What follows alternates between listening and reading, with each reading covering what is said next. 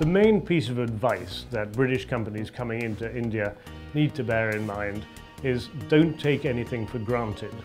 Over the years, it's been I think because India and the United Kingdom have had such a long-term association with obviously deep and complex historical roots, people do tend to take quite a lot of things for granted. They tend to think that because people speak English, that makes life a lot easier, because they recognize the legal system, the accounting system, maybe things will be a little bit like doing business back in the UK or in North America.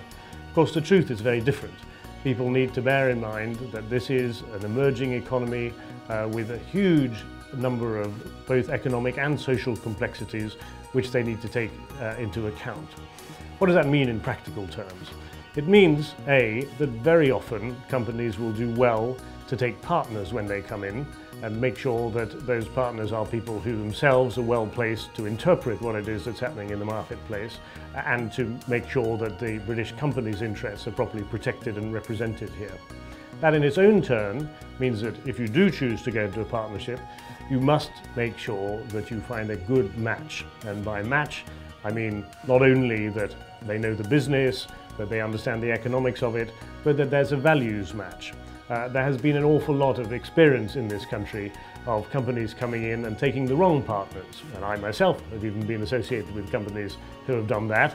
It's an expensive lesson, and it's a lesson that is hard learnt. In the end, people come back and they make sure that they get the right partners the second time around, and it works out. The other piece of advice, I think, is that you must not expect very quick results. People have long said that patience is the greatest virtue in doing business in India. This is not a market in which things happen very quickly.